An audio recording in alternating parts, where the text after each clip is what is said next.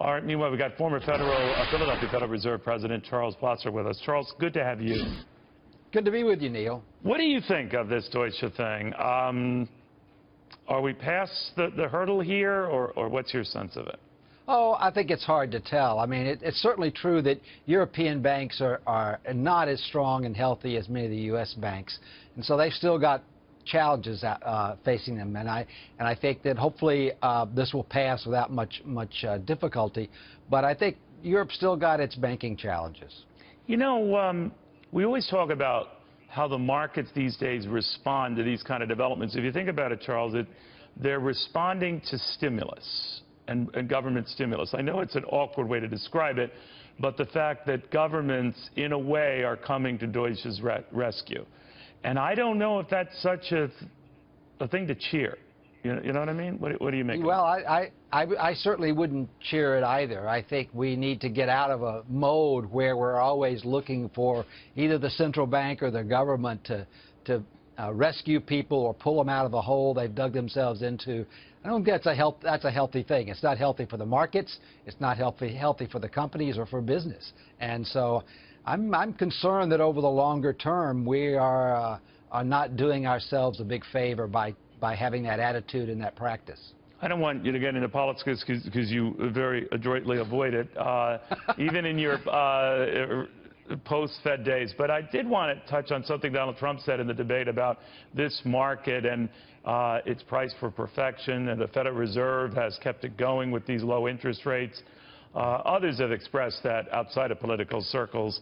Are you worried then, as soon as interest rates start going up, inevitably they will, I'm not smart enough to know when, there's going to be hell to pay? I certainly hope not. Nobody knows for sure, of course, but I think you do. I think you do. No, I don't know for sure. But I don't think it's going to be a problem. I think the interest rates can begin to rise gradually. I think they should be rising gradually. And, markets do you think they're behind the curve, by the way, that they're not rising already? I'm a bit concerned that they're behind the curve, yes, I am. And I think that my concern is the Fed really doesn't have a very clear-cut strategy about how they want to go about doing this. And that's not good either, because that leaves confusion with the markets. They don't know what the Fed's going to do, and the Fed doesn't know what it's going to do. And so I think I would be happier if they could articulate a clearer strategy of what data they're going to look at, how they're going to make their decisions depending on that data. Everybody would be a lot happier, I guess, with a little more clarity as to what the strategy actually is. Does anyone clear, when you were there at the Philadelphia Fed, your statements if you'd address a financial group or whatever? Because it seems like lately they all go out, they fan out to these various conferences, and they see different things. And we're all confused. And is there a process by which, all right, Plosser's going to be out in Wyoming, and he's going to say something, and Janet Yellen at the time, she's going to be somewhere else. Or you just do your own thing, all of you? Well, for the most part, you do your own thing. I mean, but remember, they're all talking to each other, and they're all sitting in the same room at FOMC meetings. So, but they have to know that every one of them, especially if you're on the Open Market Committee, everything you say is going to be scrutinized really closely. Absolutely. You do know that. And you have, an ability, if you will, because of your position to be able to articulate views and articulate opinions.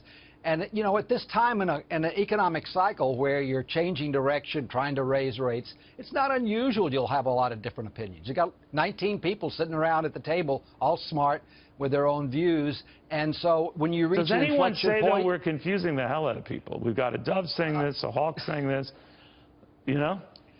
Well, I think that they don't say it quite that way, but they do talk about... They show more class than they show more little... All right. No, but they do worry about their communication, but the problem is they don't have a common message, and they don't have a common, what we would call a reaction function about how they're going to make their decisions. So, and when times are uncertain, you get disagreements, and I think that's I actually think that's healthy, because it tells the public what the debates are inside the FOMC. That's true. And the public deserves, and that's useful. All right. Well, you're a gentleman always and a scholar. Charles Plosser, former Federal Reserve. Philadelphia Fed president. Good seeing you again, my friend. Thank you, Neil. Enjoyed it. All right.